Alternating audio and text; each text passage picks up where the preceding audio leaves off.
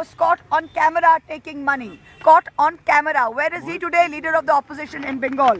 Who do you see here? Narayan Rane, who's been accused of numerous scams. Where is he? In the Maharashtra government. So why is the ED selectively only for the opposition and a washing machine for those that the BJP like? Today at 2 p.m. in the afternoon, our leader, the Tigress Mamata Banerjee, nobody else has the guts. And today, nobody else, no opposition leader had the guts to do what she did yesterday. While the ED's illegal raid was going on, Didi went into the premises and she tried and saved our party's documents and our party's information. She's leading a march today from Jadavpur 8B bus stand to Hazra More, and all the public of Calcutta will join her, and we will show the BJP that these tricks on the eve of an election will backfire. He says that documents were stolen, evidences were stolen.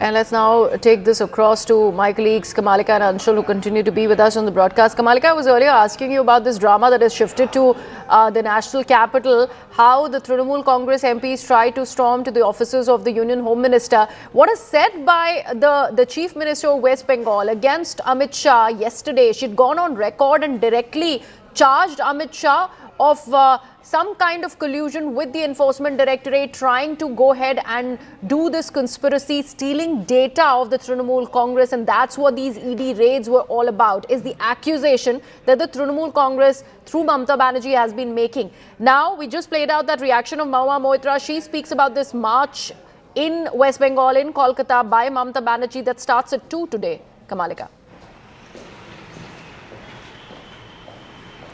See, let me first tell you that exclusive information which we have, and that's only with CNN News 18, is that Mamata Banerjee herself has filed a complaint against the ED. Now, that is something which is very big and very significant.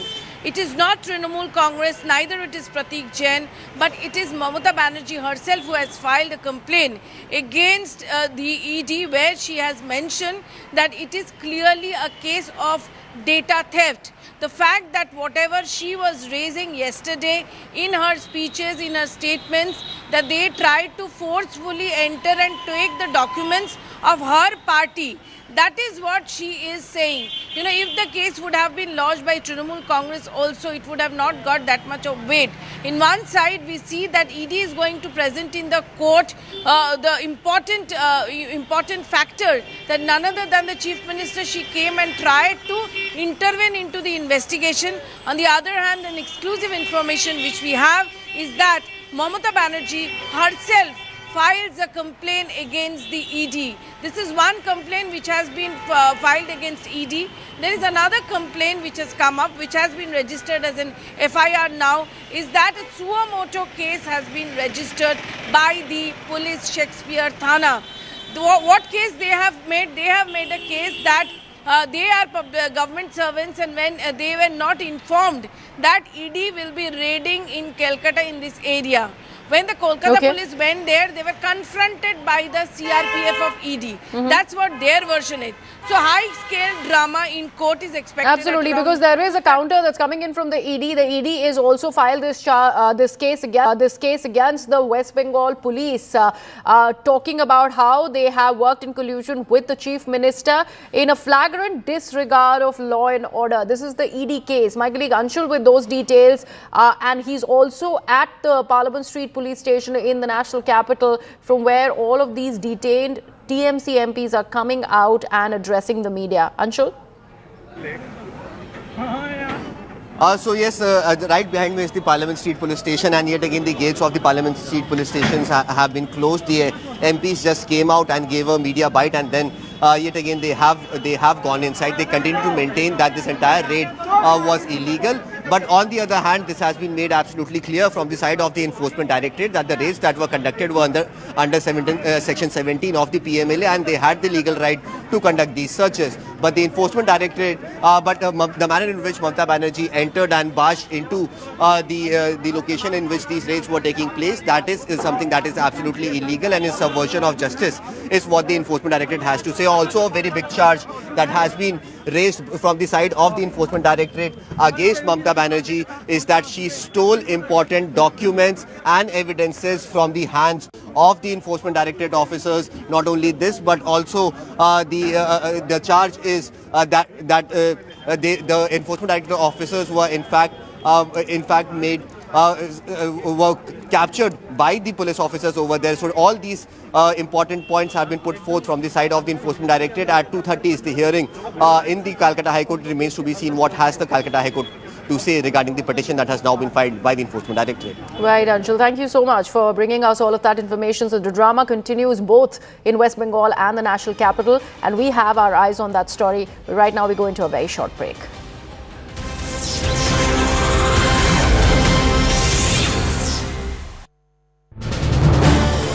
This is News 18 Network.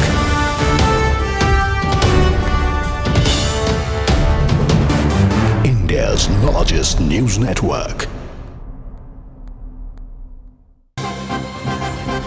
Right. And we are shifting focus to the TMC protest happening in Delhi.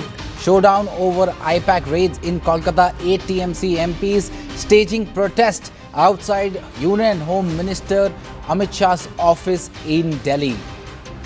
And we can see that 8 TMC MPs are staging protest against Union Home Minister Amit Shah after the ED raids at IPAC office in Kolkata.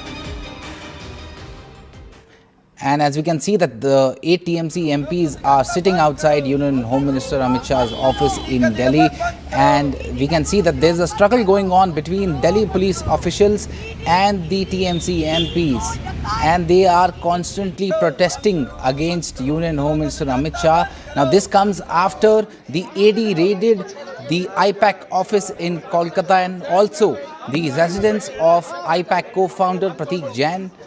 And as we know that the 8 TMC MPs are protesting outside Amit Shah's office in Delhi, and as we can see, and we can see the high drama in national capital, and let's listen in to what is happening.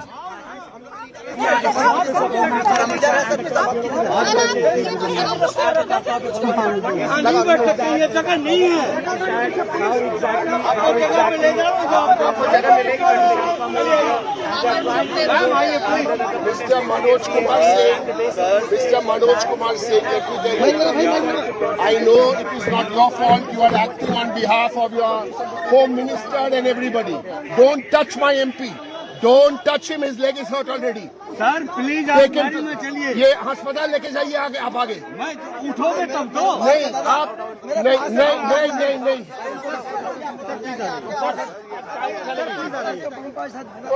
खोलो. ठीक है sir हटवा रहा हूँ. पूरा ये लगा दिया. नहीं सर ये जी sir.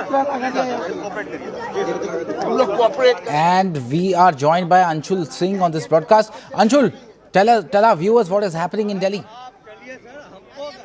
Well, this protest is happening right outside the Kartavya Bhavan, where the Home Ministry is situated, and as you can see in these visuals that MPs from the Trinamool Congress, at least 8 of them have sat on a dharna over there. Remember, this is a very, very high security area, and protesting in this area is absolutely not permitted according to the statement of the Supreme Court as well.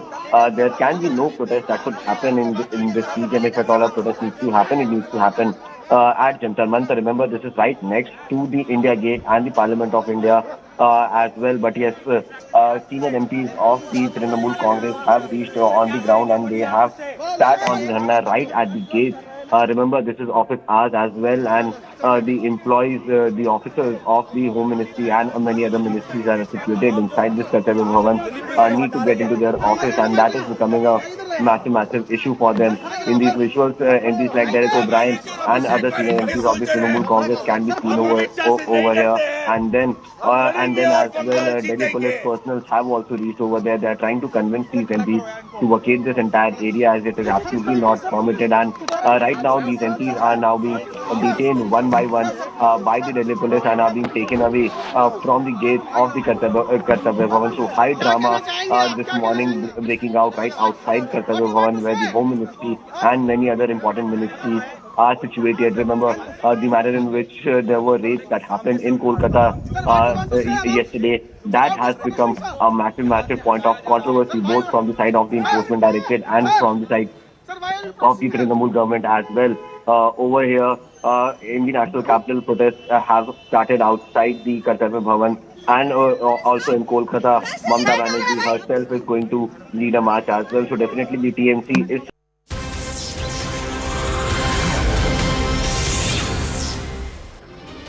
Hello and thank you so much for staying with CNN News 18. I'm Briha. Let's now again take a look at the headlines. In a massive claim, US Commerce Secretary Howard Lutnick says trade deal with India is off the table as India missed the window when Prime Minister Modi did not call President Trump.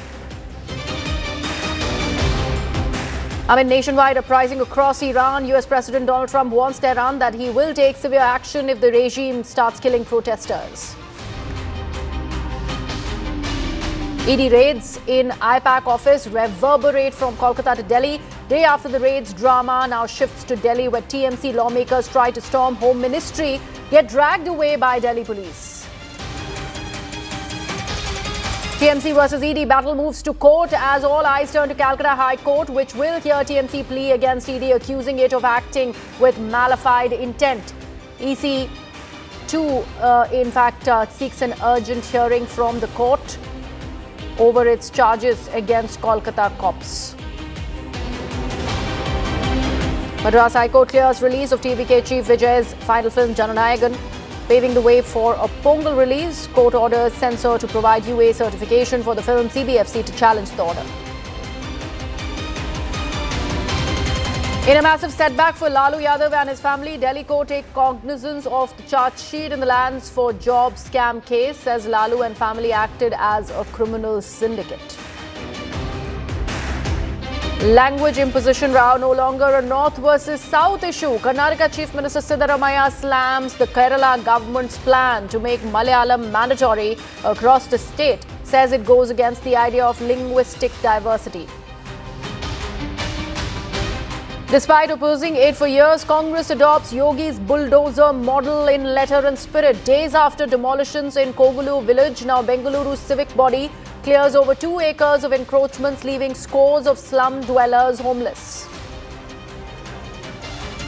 No end to Atishi's troubles as top Sikh body slams her alleged remarks on Sikh gurus. SGPC chief backs BJP demand for cancellation of her membership, demands an FIR be filed against her. Let's begin with our top focus story as India now faces double pressure as the United States President Donald Trump has approved a sanctions bill that could pave the way for tariffs of up to 500% on countries purchasing Russian oil. As government adopts wait-and-watch policy, the Indian ambassador to the US, Vinay Kwatra, met with Speaker Mike Johnson, and conversations were held on key areas of partnership, including defense and security, also oil, gas, and trade technology. Now, opposition has gone on to question the Modi government and urges the Prime Minister to handle the US relations with maturity, prioritizing national interest over theatrics. The tensions are also escalating with the US capturing the Russian tanker now. Meanwhile, US Commerce Secretary Howard Lutnick has made a big assertion. He has gone on to say that the trade deal that has not been done with India was Minister Narendra Modi did not call on Donald Trump or make that phone call as India was not comfortable with the trade deal. Negotiate the contracts and set the whole deal up. But let's be clear. It's his deal. Yeah. Okay? He's the closer. He does the deal. So I said, you got to have Modi. It's all set up. You have to have Modi call the president. And they were uncomfortable doing it. So Modi didn't call. I had negotiated them at a higher rate. So now the problem is the deals came out at a higher rate. Right. And then India calls back and says, oh, okay, we're ready. I said, ready for what? Let me take this across to my colleague Siddhant Mishra, who's now with us on the broadcast. Siddhant, from 50% to 500% tariff that India is now looking at, what does one make of this statement that has been made by Lieutenant? Well, see, this statement has been made by Secretary Lutnick. In fact, he has been involved in the trade negotiations from day one. In fact, he is the one responsible for the trades which US signed with any other country. And now he's making this claim that trade deal would have got finalized with India. All US needed or was expecting was Prime Minister Modi to call President Trump. And in fact, he also said that there were some concessions also which were being offered by the United States at that point in time. But now those concessions do not exist. We are still awaiting response from the Indian government. But since the very beginning, Indian government has made its position clear that India will not be opening up its agri and dairy markets for the United States, and perhaps this has remained a point of contention between India and the United States. As far as Seem to have lost that link with Siddhant, but Siddhant was making that important point. Now that that statement has been made by Lieutenant, we have to in fact look at the tightrope that India has to walk when it is about these negotiations with the United States of America. We are learning of how the purchase of Russian oil had been significantly reduced by India, but despite all of that, just on account of no call having been received for Prime Minister Narendra Modi, the US President decides to take this unilateral decision of imposing 500% sanctions against India and other countries is something that we are right now looking at. This is the Russia sanctions bill.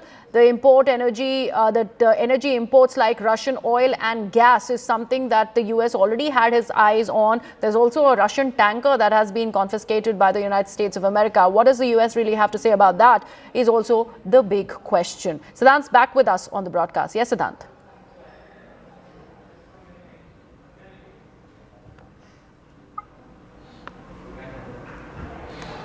Siddhant, if you are able to hear me? Yes, Gray, I can hear you. That's right. In fact, Secretary Lutnick today made this statement saying that this deal would have been finalized if Prime Minister Modi had called President Trump. And in fact, he also said that at that point, US was offering concessions to the countries signing a trade deal. In fact, those concessions were given to UK, Indonesia and several other countries, but now those concessions cannot be offered anymore. So clearly putting blame on India for trade deal not being announced between India and the United States.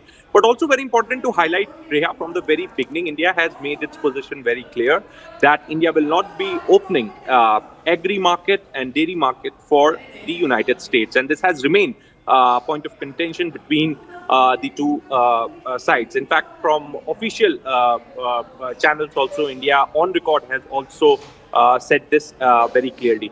Now, Mr. Lutnick on one end says that had it been the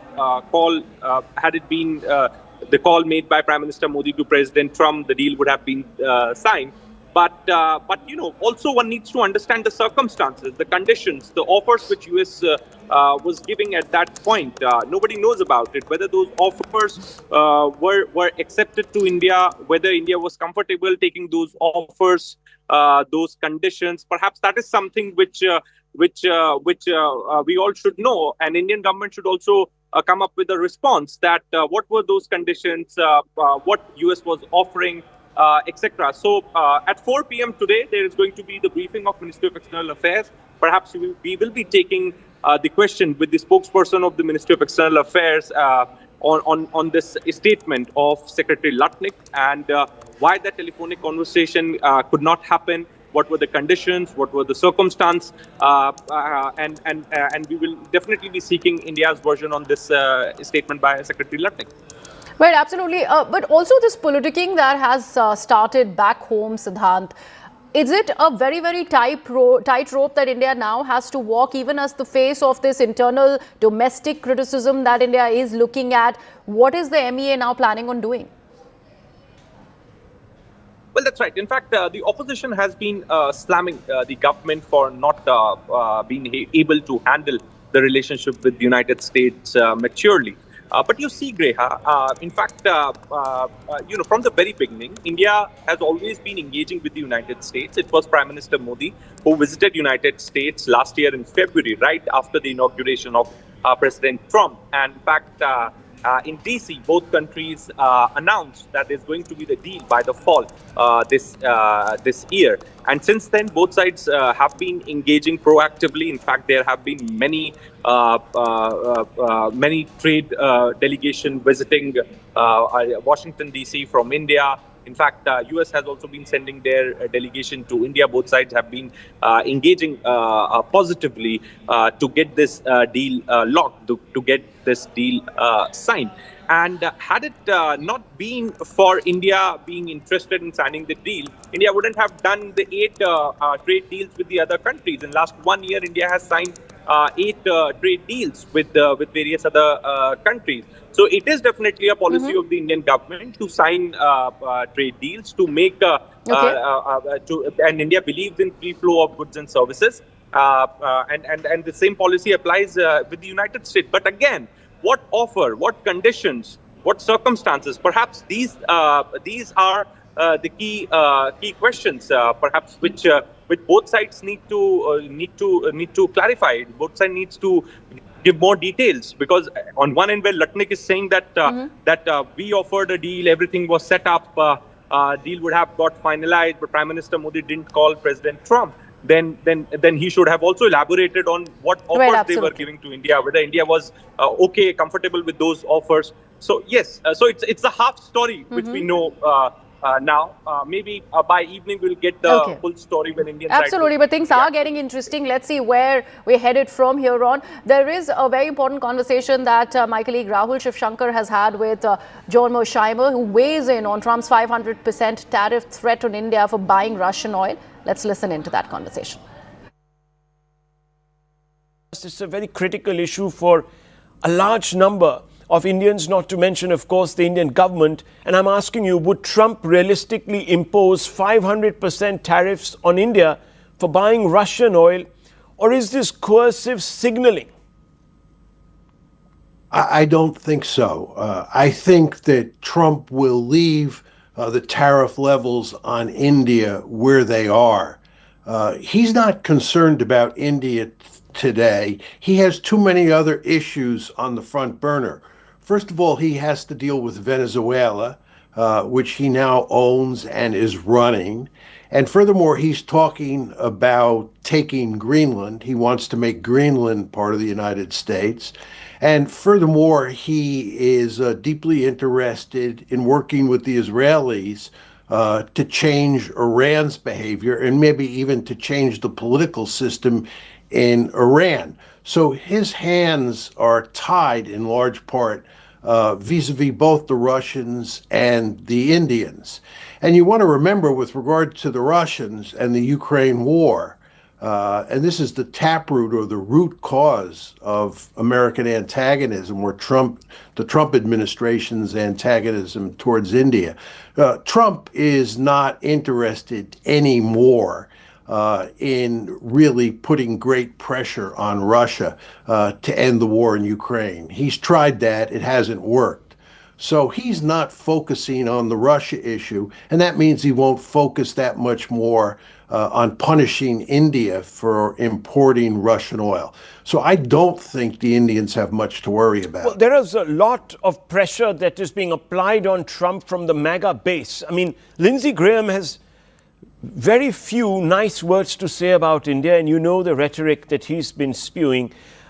So in a sense, this bill, many people say, will hang like the Damocles sword over India's head. And therefore, there will always be the prospect of leverage. And therefore, does pressuring India only push it closer to Russia and indirectly perhaps even the Chinese fold? There's no question that threatening India, threatening to coerce India, as the Trump administration has done in recent months, pushes India towards China and pushes India towards Russia, which is not in the American national interest. The United States has a deep-seated interest in working closely with India, having good relations with India. And indeed, over the past 25 years, the United States has gone to great lengths to improve its relations with India. But what precipitated the trouble between the Trump administration and India is in large part the Ukraine war and the fact that India was importing oil from Russia. But as I said before, that's just not a key issue anymore. So I don't think the Indians have to worry about a significant increase in tariffs. There's no question that the Indians, like every country on the planet, has to worry about the United States exercising its coercive leverage and interfering with its own sovereignty. There's always that possibility. But I don't see tariffs as a big issue at this point in time. And with that, we're shifting our focus. It's a big win for Thalapathy Vijay as the Madras High Court has directed the Censor Board of Film Certification to issue a UA certificate for his final film, Jananayagan. The court clarified that once the examining committee suggested changes and those changes were made, the film certification has to be issued automatically. The court also observed that entertaining such complaints would give rise to a dangerous trend. But now, the CBFC is deciding on challenging the single-judge Ben Madras High Court order. Meanwhile, another Tamil film, Parashakti, scheduled to release on January 10th, which is linked to individuals close to DMK, is also facing censor issues. The revising committee has agreed to issue a UA certificate after the requested changes and submission of historical documents were made. The film crew has provided the evidence, but the certificate is still pending as the documents were deemed insufficient.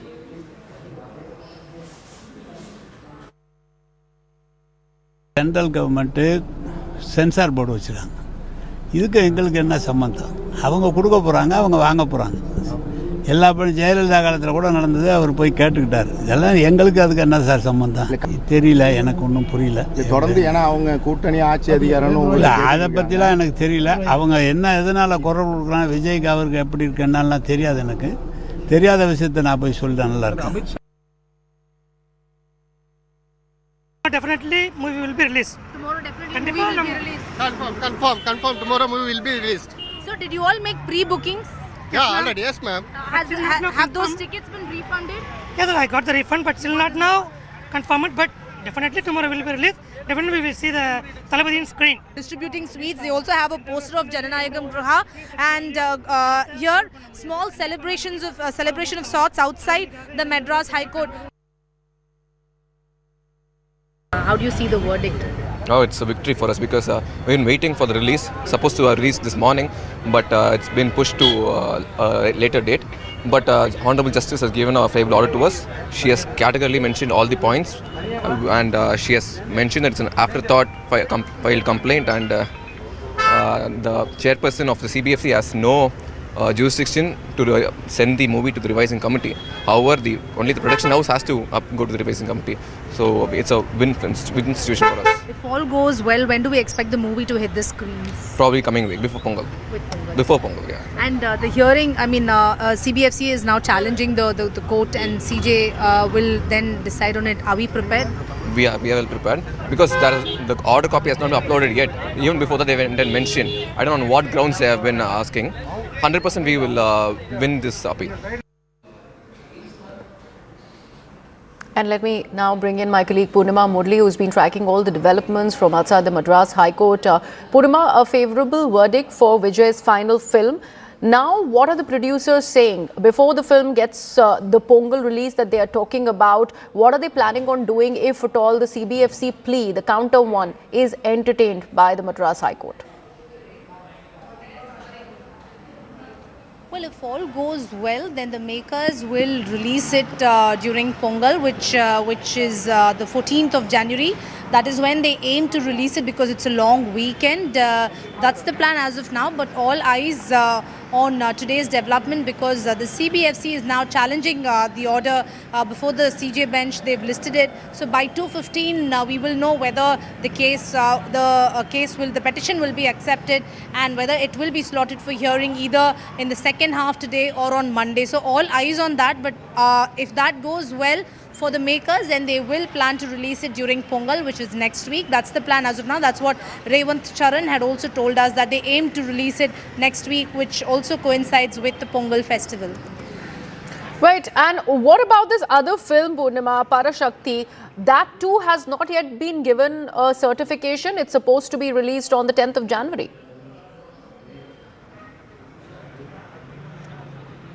Absolutely. Parashakti, we are given to understand that they are still waiting for the censor certificate, and the makers of Parashakti say that they will get to know by 2 p.m. today whether the movie can release tomorrow. It's scheduled for release on the 10th of Jan, which is tomorrow. So we'll get an idea by afternoon whether they will be getting the censor certificate or not. Yet another film which is based on the 1960s where anti-Hindi agitations, they were at its peak. So that was also shown in the trailer of Parashakti. The makers say that they were asked to make more than 15 cuts. They've made the cuts, they've submitted it, and they're hoping that they get to know by afternoon. But as of now, they've not postponed the release. They are still waiting. By 2 p.m. is when they will get to know whether they will get the censor certificate or not. So that is also one of the films that still that is yet to get the censor certificate. Right, thank you so much for that, Purnima. Let's take a look at some more reactions that are coming in on this big story that we track. What does the order say? Can you tell us in detail? I know it's great news for Vijay fans, but the order and other details of it. Today, Lordship was pronounced the order. The chairman impegnant order was set aside, and today they will issue a certificate, I think. So we are eagerly waiting for the certificate. After that, we are eagerly watch the movie in the screening immediately as soon as. No, what did Justice P.T. Asha say while pronouncing the order on the CBFC delaying this? Today, the Honorable Justice P.T. Asha stated that in order there is no any jurisdiction to the chairperson. Without jurisdiction passed the order. Therefore, they set aside the order passed by the chairperson. After the viewing and recommended the issue certificate. After the recommendation, the chairperson order passed on 6/1 and 11:30 p.m. After mentioning before the High Court. There is under Article 226, the Honorable Justice set aside the order passed by the chairperson and allowed the writ petition to directed to the issue censor certificate. So thank you so much for speaking to CNN News 18. I would like to ask you about Jananayagan. The verdict has come in favor of the movie makers, but how do you see this move? A lot of celebrities... not only come from the film, but what the court has said is a slap to the censor board. I think there is another intention. Isn't it? Yes. When a film or any creative art, because I have never believed in banning any film. But you'll have to censor. But when they submitted it a month back, why do you wait till then? And what is your other interest? Who is behind using censor board to create such a repression which we have to go to a court? Isn't it? Give somebody's space, no? But that means there are other intentions, you know. It is very obvious, and this is not a good trend. Central board should understand. There is a law that it was under the state. Every state is to censor its regional films. What was the reason to make it a central board where everybody has to go to the central board, not understanding the language, and now delaying it to the last moment? Why? Who is mixing politics and art here? And what is the narrative you people are giving? Now the court has found out that you better give it. There is a last minute intent. Don't entertain these last-minute people who are trying to use the law and institutions. I think that is slap and on the censor board to behave themselves, isn't it? Correct. This is very unfair. Even you get away, and the court has to tell. If somebody has been given a responsibility, the court has to tell the censor board. Why do you bring it till that? And what is your hidden agenda behind it? Isn't it? And I think people are very filmmakers are traumatized. You really don't know who is behind what sort of films we should do, what will be censored, what will not be censored. Will we have, because you know the fragility of the film industry. There is investment of money, and more than that, time and future and careers depend on it. Isn't it? Correct. I think it is time to hold the censor board accountable and to do their job properly. Some of the celebrities and directors are saying that it's time to save cinema and save arts. Do you agree with those statements? Yeah, anybody. What is this politicians deciding? What are these trends? We need space. We need breathing space. We are right. We are all right in asking our breathing space. As a law of the country, you want us to submit to censor. I understand if I am announcing the date on 9th and I'm sitting on censor board.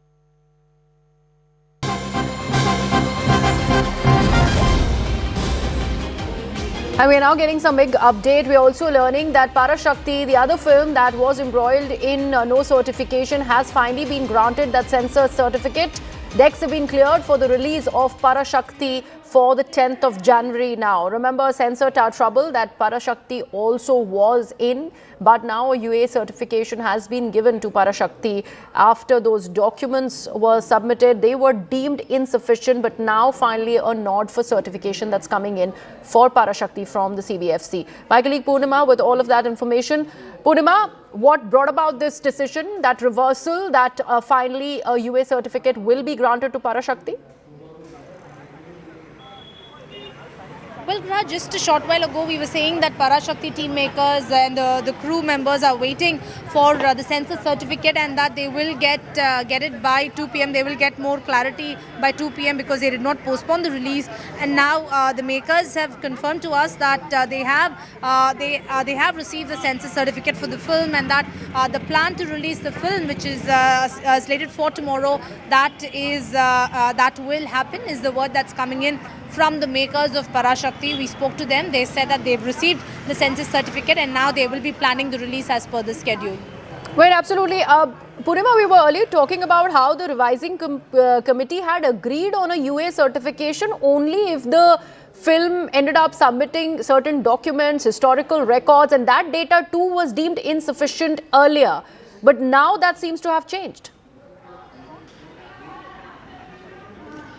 Well, they were asked to make more than 15 cuts, especially certain dialogues and scenes, and the makers had removed those 15 scenes, and they then submitted it for review, and now they've received the censor certificate. That's something that we are getting. But yes, they did make those cuts, and only then did they send it for review. And now that the movie is reviewed, and the CBFC has now given a go-ahead for the movie release, which is scheduled for tomorrow. Any political voices that have yet started commenting on this update, Purnima, Parashakti getting that nod for release, as there are associations that the film has with the DMK family?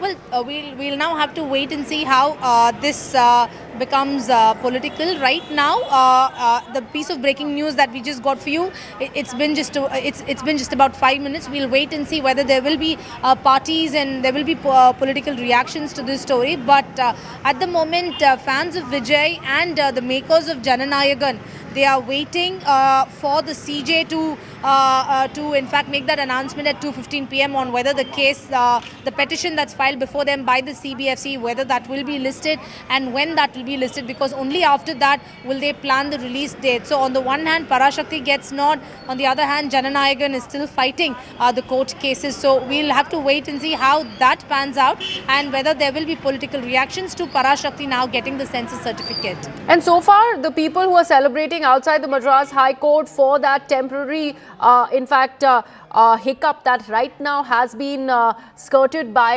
Vijay and his team, Jananayagan team, what are they saying about this comparison? While a rival film gets a CBFC nod, the other one, Jananayagam, which is slated to be Vijay's final release, is still fighting for that certification as the CBFC is holding its ground.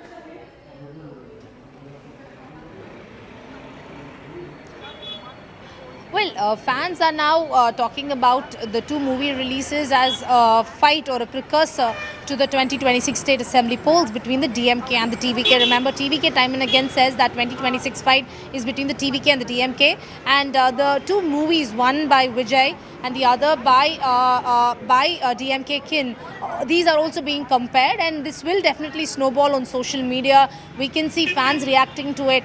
Many say that this is a fight between the DMK and the TVK. Now that Parashakti gets nod, we'll now see a lot of social media war of sorts now between the two sides, the TVK and the DMK. We'll see how that social war of words now intensify, with Parashakti now getting the nod and is all set to release tomorrow. Well, absolutely. Thank you so much for